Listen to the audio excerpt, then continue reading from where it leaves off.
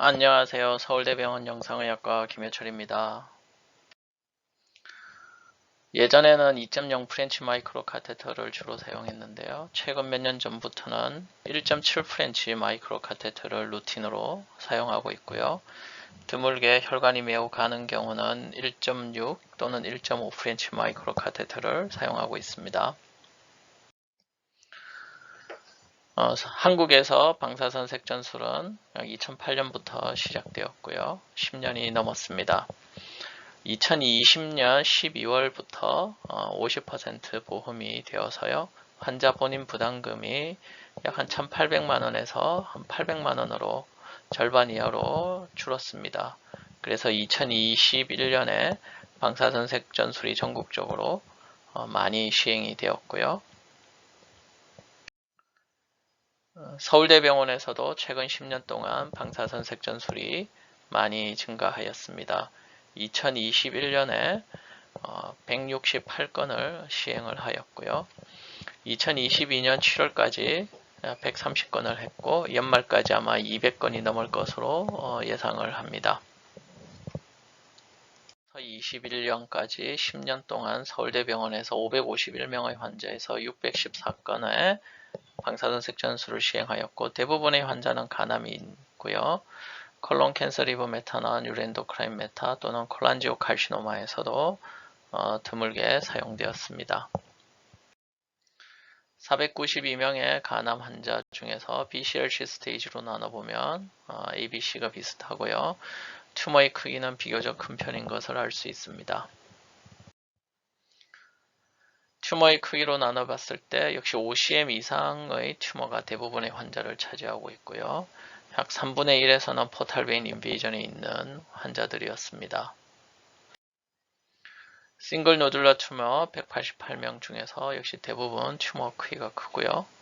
튜머 크기가 작은 3cm 이하 튜머에서는 드물게 사용됩니다. 코리안 스타일, 강남 스타일, 이렇게 레이디오 엠볼리제이션도 스타일이 다른데요. 서울대병원에서는 슈퍼 셀렉티브 부스티드 레이디오 엠볼리제이션을 시행하고 주로는 1.7 프렌치 마이크로 카테터를 사용합니다. 예를 보실 텐데요. 리버돔에 6cm 사이즈의 싱글 노듈러 튜머가 있습니다. 라이트 헤파틱 아트리가 SMA에서 게시하고 있고요. 콘빔을 돌렸을 때 튜머가 잘 보입니다. 레프트 헤파틱 아트리에서도 가느다란 튜머 피더가 보이고 있죠. 레프트 헤파틱 엔지오를 다시 시행하였고 이 가느다란 튜머 피더를 슈퍼 셀렉션을 해서 치료를 하였습니다. 메인 튜머 피더는 세그먼트 8번인데 콘빔 CT에서 보면 두 개가 있습니다. 각각 두 개의 메인 튜머 피더를 부스티드 도즈로 레이디오 엠볼리제이션을 시행을 하였습니다. 두 번째 혈관도 여기까지 들어가서 Y9E를 주입을 하였고요. 부스티드 레이디오 엠볼리제이션을 하면 1개월째 이렇게 컴플릿 리스판스를 보이고요. 튜머 주변의 노말 리버도 레이디에이션 네크로시스로 로우 테뉴에이션으로 보입니다. 1년째 재발하지 않고 있습니다. 이 환자분은 84세 고령의 환자분이시고 13.5cm의 아주 큰 튜머인데 리버 한가운데에 위치하고 있죠. 엔지오그래피와 콘빔 CT를 찍어보면 멀티플 튜머 피더가 있는 걸 알 수 있고요. 여기 조그만 거는 헤만지오마입니다. 콘빔을 열심히 리뷰를 해서 튜머 피더와 노멀 헤파틱 아트리를 구분을 하게 되겠고요.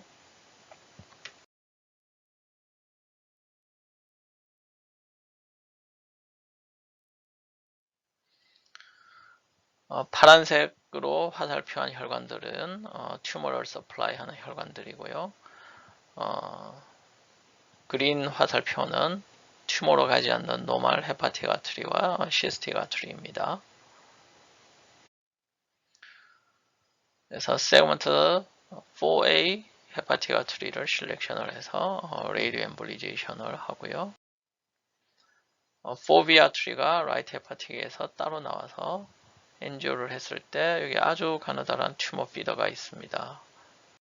그래서 튜머 피더만 다시 조금 더 들어가서 Y9E를 인젝션 했고요. 라이트 엔티리어 헤파틱 아트리 브랜치 하나 치료를 하고 여기에서 또 치료를 하게 됩니다. 그리고 튜머가 크다 보니까 익스트라헤파틱 콜라테랄이 있겠죠. 그래서 레프트 인피리어 프레닉 아트리에서 튜머 서플라이가 있고요. 그래서 최대한 깊숙이 들어가서 치료를 하게 됩니다. 라이트 인피리어 프레닉 아트리 엔지오 상에서 이 튜머가 서플라이가 있는지 없는지 좀 애매합니다. 콘빔 CT를 시행하였고요. 콘빔 CT 엑시얼 이미지 상에서 튜머가 아주 소량 조용 증강되기 때문에 라이트 인피리어 프레닉 아트리도 치료를 하였습니다. 이제 결국 6개의 타겟 베슬에 대해서 토탈 8.3기가베크렐, 민 업서브드 도즈 285그레이로 치료를 하였습니다. 롱 션트가 6.63%였고요. 롱 도즈는 27그레이가 되겠습니다. 1년 후 CT상에서 튜머의 크기는 많이 감소를 하였고 이 부분에 포컬하게 튜머가 인핸스 되는 부분이 남아있기 때문에 컨벤셔널 TAC를 시행을 하였고요. 컨벤셔널 TAC 이후에 리피어돌 업테이크가 잘 된 걸 알 수 있고요. 바이어블 튜머는 없습니다. 그래서 인피리어 프레닉 아트리로도 안전하게 레이디오 엠볼리제이션을 할 수 있고 부스티드 레이디오 엠볼리제이션도 슈퍼 셀렉티브 패션으로 한다면 안전하고 효과적으로 시행할 수 있습니다. 케마 엠볼리제이션과 비교해서 조금 더 나은 아웃컴을 보이고 있고요. 수술과 맞짱을 뜰 수 있을 정도, 수술보다 좋다는 건 아니고요. 수술이 아웃컴이 조금 더 좋기는 한데 수술을 못하는 환자에서는 수술과 비슷한 결과를 보여줄 수도 있다, 이렇게 생각하시면 되겠습니다. 서울대병원에서 TAC가 2015년도에 정점을 찍고 그 이후로 약간씩 감소를 하고 있고요. 레이디오 엠볼리제이션은 조금씩 증가를 하고 있습니다. 그리고 TAC 받는 환자분들의 튜머 사이즈가 점점 작아지고 있습니다. 우리나라의 서베일런스 프로그램이 잘 돼서 조기에 간암을 발견하는 경향도 있고요. MRI를 또 예전보다 자주 찍게 되는데 1cm 이하의 작은 MRI, 작은 간암을 발견하게 되겠고, 이렇게 너무 작아서 아블레이션이 힘든 경우에 TAC를 또 오래 주시는 경우가 많습니다. 또 큰 튜머는 방사선 색전술로 흔히 치료하게 되겠고요. 그래서 이렇게 작은 마이크로 카테터가 흔히 사용되고요. 이 환자분은 TAC를 여러 번 받으셨고 RFA도 시행을 하였는데 팔로우하는 도중에 세그먼트 1번에 9mm 노즐이 발견이 되었습니다. 이게 튜머 사이즈가 작기 때문에 DSA 이미지 상에서는 튜머가 보이지 않죠. 당연히 이제 콘빔 CT를 찍어야 되고요. 콘빔 CT를 찍어보면 여기가 이제 코데이드 아트리가 되겠습니다. 그래서 코데이드 아트리 엔지오를 해보면 여기 희미하게 튜머 스테이닝이 보이고 있고요. 그래서 튜머 피더도 잘 보입니다. 그래서 이제 어디까지 들어갈 거냐, 이렇게 마이크로 카테터 1.7 프렌치짜리를 사용하면 여기 끝까지 들어갈 수 있습니다. 그래서 끝까지 들어가서 리피오도를 주면 이렇게 컴팩트하게 리피오도를 먹고요. 이 환자분은 세그먼트 6번에 1.9cm 사이즈의 싱글 노즐이 있고요. 수술이나 RFA도 가능해 보입니다. 근데 내과 교수님께서 이렇게 TAC에 대한 좋은 기억이 있다면 TAC를 자꾸자꾸 의뢰를 주시게 되죠. NGO 상에서 이렇게 싱글 튜머가 잘 보이고 있고요. 1.9 프렌치 마이크로 카테터를 사용했는데 튜머 피더 끝까지 들어가지를 못합니다. 리피어더를 살짝 줬는데 튜머 끝까지 가지를 못하니까 리피어더리 아주 덴스하게 먹지 않고 약간 희미하게 먹었죠. 그래서 1.7 프렌치 마이크로 카테터를 다시 꺼내서 튜머 피더로 쉽게 들어간 다음에 아주 컴팩트하게 리피어더를 먹일 수 있었습니다. 1개월 CT, 1년 CT 상에서 재발하지 않고 좋은 결과를 보이게 되겠죠. 큰 간암은 수술이 가능하다면 수술하는 게 가장 좋겠죠. 근데 수술이 불가능한 경우에 경제적인 여유가 된다면 방사선 색전술을 우선적으로 추천을 드리고요. 방사선 색전술이 여의치 않으면 간동맥 화학 색전술 TAC를 하게 될 텐데요. 이런 큰 간암에서는 TAC가 효과가 약간 좀 떨어지는 경향이 있고 마지널 리커가 아주 흔하죠. 무엇보다 TAC 한 이후에 극심한 고통과 포스트 엠볼리에이션 신드롬 때문에 장기간 입원하는 경우가 많고 일부 연세 많으신 분은 중환자실을 가게 되는 경우도 심심치 않게 보게 됩니다. 그래서 14cm의 아주 큰 튜머가 있고 다행히 베스큘러 인베이전은 없었고요.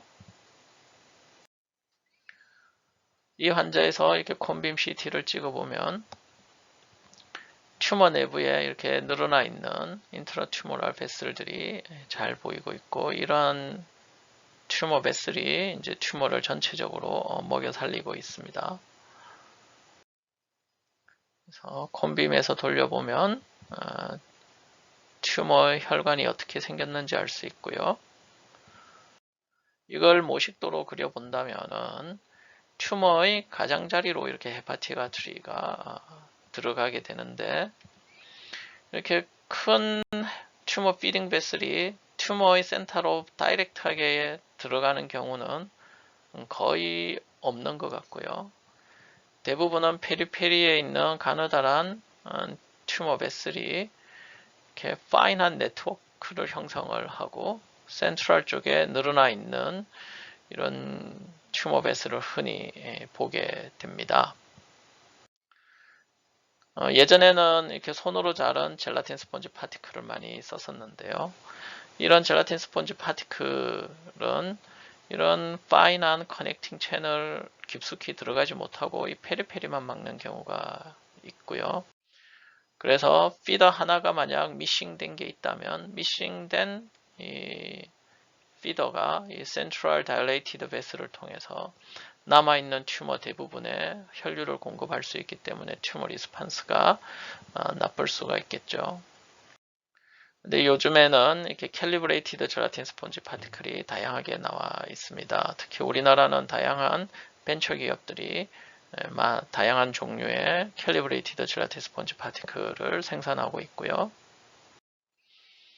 그래서 이지젤, 젤릭스, 스마트젤, 넥스피어 현미경으로 보면 좀 모양이 아모포스한 것부터 이렇게 스페리컬 타입까지 다양하게 있고요. PVA 파티클이나 DC비드, 엠보스피어도 현미경으로 보면 이렇게 아모포스한 것부터 스페리컬한 것까지 있겠죠. 이런 DC비드나 엠보스피어, PVA는 넌 업소버블 머티리얼인데 이지젤, 젤릭스, 스마트젤, 넥스피어는 업소버블 머티리얼입니다. 저희 현재의 프랙티스로는 이렇게 튜머가 작은 경우에 리피오도를 주고 이지젤 150에서 350 사이즈 또는 마린젤 100에서 150, 넥스피어 100에서 300을 사용을 많이 하고요.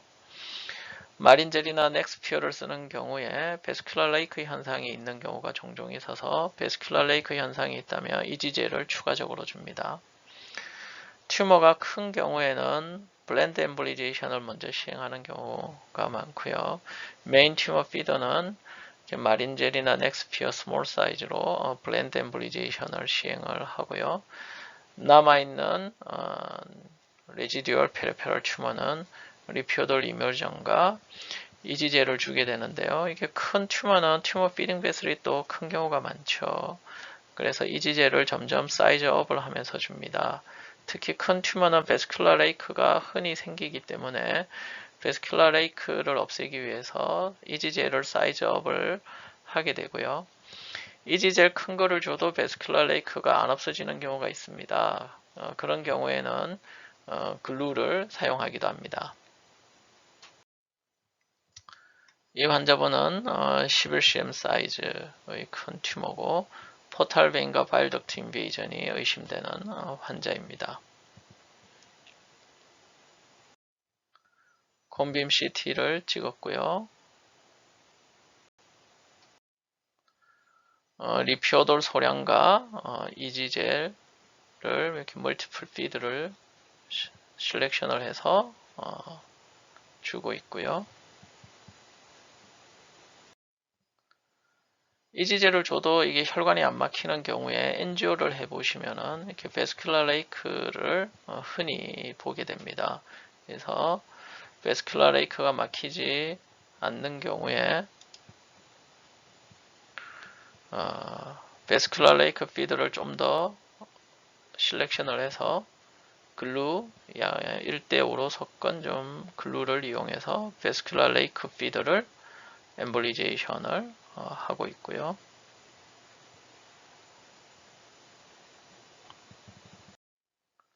그래서 이니셜 엔지오그래피고 파이널 엔지오그래피에서 노멀 헤파틱 아트리를 최대한 보존을 하면서 튜머 스테이닝은 대부분을 없앨 수 있었습니다. 그래서 노멀 헤파틱 아트리를 최대한 많이 보존하면서 치료하는 것이 리버 페일리어를 예방할 수 있는 좋은 길이 되겠습니다. 한 달 후에 역시나 많은 레지듀얼 튜머가 있고요. 이 환자분은 TAC 이후 레이디오 엠블리제이션을 2번 하고 또 세컨 TAC를 했고요. 처음 치료하고 난 2년 후인데 바이어블 튜머는 보이지 않고요. CT상에서 이렇게 인핸스가 되는 것처럼 보이는 것은 레이디오 엠볼리제이션의 영향으로 인해서 노멀 파렌카임이 인핸스 되는 것입니다. 그래서 1.7 프렌치 마이크로 카테터가 지금은 워킹호스로서 거의 대부분의 환자에서 사용되고 있고요. 레이디오 엠볼리제이션은 최근에 많이 시술 건수가 증가를 하였습니다. 그래서 큰 튜머에서는 레이디오 엠볼리제이션을 우선적으로 추천을 드리고 있는데요. 이렇게 포스트 엠볼리제이션 신드롬이 적기 때문에 편안하게 치료받을 수 있습니다. TAC도 최대한 슈퍼 셀렉티브하게 진행을 하고 있으며 캘리브레이티드 제라틴 스펀지 파티클을 사용하고 있습니다. 감사합니다.